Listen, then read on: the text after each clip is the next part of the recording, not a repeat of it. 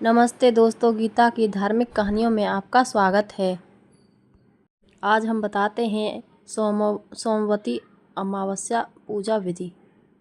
सोमवती अमावस्या सोमवार को पड़ने वाली अमावस्या को सोमवती अमावस्या कहते हैं। ये वर्ष में लगभग 1 अथवा 2 ही बार पड़ती है। इस अमावस्या का हिंदू धर्म में विशेष महत्व होता है। विवाहित स्त्रियों द्वारा इस दिन अपने पतियों की दीर्घायु कामना के लिए व्रत विधान है। इस दिन मौन व्रत रहने से सहस्त्र गोदान का फल मिलता है। शास्त्रों में इसे अवश्य प्रदक्षिणा व्रत की भी संज्ञा दी गई है, यानी पीपल वृक्ष। इस दिन विवाहित स्त्रियों द्वारा पीपल के वृक्ष की दूध, जल, पुष्प, अक्षत, चंदन इत्यादि से पूजा और वृक्ष के चारों ओर 108 बार धागा लपेटकर परिक्रमा करने का विधान होता है। और कुछ अन्य परंपराओं में भौरी देने का भी विधान होता है। धान, पान और खड़ी हल्दी को मिलाकर उसे विधान पूर्वक तुलसी के पेड़ को चढ़ाया जाता है। इस दिन पवित्र नदियों में स्नान का भी विशेष महत्व समझा जाता है। कहा जाता है कि महाभारत में भीष्म ने युधिष्ठिर को इस दिन का महत्व समझाते हुए कहा था कि इस दिन पवित्र नदियों में स्नान करने वाला मनुष्य समृद्ध, स्वास्थ्य और सभी दुखों से मुक्त होगा। ऐसा भी माना जाता है कि स्नान करने से पितरों के आत्मा को शांति मिलती है।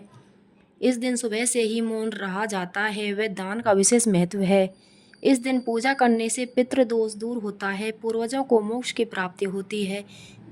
इस दिन पीपल वृक्ष की पूजा करना अति उत्तम माना गया है कि पीपल के पेड़ में सभी देवी देवताओं का वास होता है। अतः सोमवती अमावस्या के दिन से शुरू करके जो व्यक्ति हर अमावस्या के दिन भंवरी परिक्रमा कर देता है, उसके सुख और सौभाग्य में वृद्धि होती है। जो हर अमावस्या को ना कर सके वह उसे अखंड सौभाग्य की प्राप्ति होती है। पीपल के वृक्ष वह सोमवार को पड़ने वाली अमावस्या के दिन 108 वस्तुओं की भंवरी देकर सोना, धोबिन और गौरी गणेश की पूजा करता है, उसे अखंड सौभाग्य की प्राप्ति होती है। पीपल के वृक्ष पर शनिवार को प्रातःकाल 1 लोटा जल में काले तिल फूल डालकर चढ़ाने एवं सायंकाल के समय सरसों के तेल का दीपक जलाने, शिव चालीसा, हनुमान चालीसा, शनि चालीसा का पाठ करने से मनुष्य के सुख और समृद्धि के सभी बंद द्वार धीरे धीरे स्वयं ही खुलने लगते हैं। पीपल के पेड़ की परिक्रमा करने से जीवन में सुख व शांति आती है, पति को दीर्घायु प्राप्त होती है, जीवन में आने वाली कठिनाइयां दूर हो जाती हैं। सोमवती अमावस्या पूजा विधि विधान।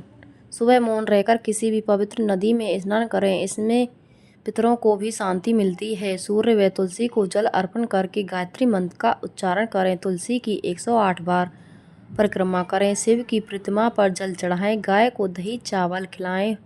हो सके तो पूरा दिन मौन व्रत धारण रखें।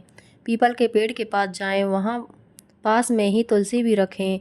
उस पर दूध, दही, रोली, चंदन, अक्षत, फूल, माला, हल्दी, काला तिल चढ़ाएं। पान, हल्दी की गांठ व धान को पान पर रखकर तुलसी को चढ़ाएं। पीपल के पेड़ के चारों ओर 108 बार धागा लपेटें हुए परिक्रमा करें। इस दिन कुछ सामान के साथ भी परिक्रमा की जाती है, जैसे बिंदी, टॉफी, चूड़ी, मेहंदी, बिस्किट आदि। आप कुछ भी सामान 108 लेकर 108 बार पीपल की परिक्रमा करें, फिर उस सामान को विवाहित कन्याओं को बांट दें। घर में रुद्राभिषेक करवाएं। पूरी, खीर, आलू की सब्जी बनाकर पहले पितरों को अर्पण करें, फिर खुद ग्रहण करें। कपड़े, अन्न, मिठाई का दान करें। सोमवती अमावस्या से जुड़ी कथाएं।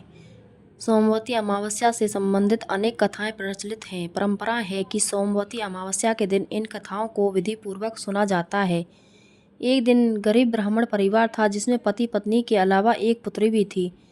पुत्री धीरे धीरे बड़ी होने लगी। उस लड़की में समय के साथ सभी स्त्रियोचित गुणों का विकास हो रहा था। लड़की सुंदर, संस्कारवान एवं गुणवान भी थी, लेकिन गरीब होने के कारण उसका विवाह नहीं हो पा रहा था। एक दिन ब्राह्मण के घर एक साधु पधारे, जो कि कन्या के सेवा भाव से काफी प्रसन्न हुए। कन्या को लंबी आयु का आशीर्वाद देते हुए साधु ने कहा कि कन्या के हथेली में विवाह योग्य रेखा नहीं है।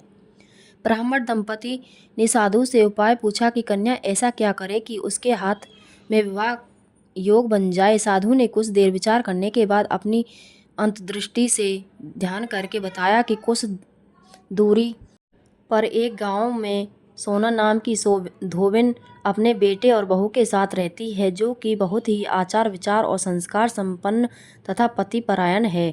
यदि यह कन्या उसकी सेवा करे और वह महिला इसकी शादी में अपने मांग सिंदूर लगा दे, उसके बाद इस कन्या का विवाह हो तो इस कन्या का वैधव्य योग मिट सकता है। साधु ने यह भी बताया कि वह महिला नहीं कहीं आती जाती नहीं है। यह बात सुनकर ब्राह्मणी ने अपनी बेटी से धोबिन की सेवा करने की बात कही। कन्या सुबह ही उठकर सोना धोबिन के घर जाकर सफाई और अन्य सारे करके अपने घर वापस आ जाती। सोना धोबिन अपनी बहू से पूछती है कि तुम तो सुबह सुबह उठकर सारे काम कर लेती हो और पता भी नहीं चलता। बहू ने कहा कि माँ जी, मैंने तो सोचा कि आप ही सुबह उठकर सारे काम खुद ही खत्म कर लेती हैं, मैं तो देर से उठती हूँ। इस पर दोनों सास बहू निगरानी करने लगी कि कौन है जो तड़के ही घर का सारा काम करके चला जाता है।